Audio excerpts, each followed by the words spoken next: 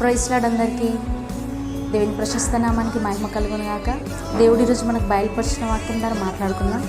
కీర్తనలు 1వ అధ్యాయము 1వ వచనం. దుష్టుల ఆలోచన చొప్పున నడవక, పాపముల మార్గమున నిలవక, అపహాసకులు కూర్చుండ చోట కూర్చుండక. అవును, దుష్టుల ఆలోచన చొప్పున నడవక. లోకం నుండి మనము దేవునికి దగ్గరైనప్పుడు, వేరుపరచబడినప్పుడు, రక్షణ పొందినప్పుడు మనకంటూ కొన్ని ఆలోచనలు వస్తాయి, మనకంటూ కొన్ని తలంపులు వస్తాయి. అప్పుడు మనము కొన్ని దేవుడిచ్చే ఆలోచనలు, దేవుడిచ్చే ప్రేరేపణలు, కొన్ని అపవాది కూడా ప్రేరేపిస్తాడు. మనము దేవుని అడగాలి, దేవుని వివేచన జ్ఞానం అడగాలి. ఏది దేవుని చిత్తమో, ఏది దేవుని చిత్తం కాదో ఆ ఆత్మ నడిపింపు, ఆ పరిశుద్ధాత్మని మనం అడగాలి. మనకు వచ్చిన ఆలోచనను బట్టి మనం తొందరపడే డెసిషన్స్ తీసుకోవడం, మనకు వచ్చిన తలంపులను బట్టి ఇది నాకు వచ్చింది, ఇది నేను చేసేయాలి అని అలా తొందరపడద్దు. కనిపెట్టాలి, దేవునికి ప్రార్థించాలి, దేవునికి చెప్పాలి. దేవుని కనిపెట్టినప్పుడు దేవుడు మనకు సమాధానం ఇస్తారు. అలా మీరు కొన్ని లోకంలో ఉన్న వాళ్ళ కోసం కూడా షేర్ చేసుకుంటే వాళ్ళు ఇచ్చే కొన్ని సజెషన్స్, నీ ఫ్రెండ్స్ ఇచ్చే కొన్ని సజెషన్స్, ఇంట్లో వారితో చెప్పినప్పుడు ఇంట్లో వారు ఇచ్చే సజెషన్స్, అది కాదు మనం వినేది. మనం ఎప్పుడైతే వేరుపరచబడ్డామంటే ప్రతిదీ మనము మన ఆలోచనలు కానీ, మన తలంపులు కానీ, మన పనులలో కానీ దేవునికి మహిమకరంగాని మాత్రమే ఉండాలి. మన ఇష్టం ఉన్నట్టు కాదు, మనం ఇష్టం వచ్చినట్టు చేసుకోవడం కాదు. నెక్స్ట్, పాపుల మార్గంలో నిలవక. అవును, పాపుల మార్గంలో అక్కడ పాపం జరుగుతుందంటేనే మనం నిలవకూడదు అక్కడ. సపోజ్ ఒక ఎగ్జాంపుల్, పోతీఫరు ప్రేరేపించినప్పుడు యోసేపు అక్కడ ఆ పాపంలో నిలబడి అక్కడ ఉన్నాడా? లేదు. దేవుడి ఇచ్చిన ప్రేరేపణ బట్టి వెంటనే అక్కడ నుండి, ఆ తప్పు దగ్గర నుండి పరిగెత్తుకుంటూ వచ్చాడు. ఆ తప్పును వదిలేసి అక్కడ ఎంటర్టైన్ చేశాడా? లేదు.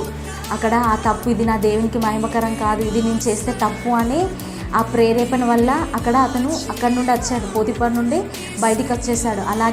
అలాగే కూడా ఇప్పుడు సపోజ్ మీ ఫ్రెండ్స్ కాల్ చేసి ఇక్కడికి రా, ఇలా ఎంజాయ్ చేద్దాం, ఇలా రా, ఇలా పార్టీ ఇస్తున్నా అన్నప్పుడు నువ్వు ఆలోచించి దేవుని అడగాలి. తండ్రి, మరి ఇలా పిలుస్తున్నారు, నేను వెళ్ళాలా, ఇది కరెక్టేనా అని ఆలోచించాలి. ఆలోచించడమే కాకుండా నీ ఫ్రెండ్స్ కోసం నువ్వు ప్రార్థించాలి. యోబు ఏ విధంగా తన ఫ్రెండ్స్ కోసం ప్రార్థించాడో, ఏ విధంగా అబ్రహాము, లోతు ఏ విధంగా సొదొమ గొమొర్రాలో పాపంలో పడి ఉన్నప్పుడు ఎలా అయితే అబ్రహాం ప్రార్థించాడో, యోబు ప్రార్థించాలో, మనం కూడా మన కోసం, మన స్నేహితుల కోసం, మన కుటుంబీకుల కోసం, మన సహోదరులు సహోదరుల కోసం మనం ప్రార్థించాలి.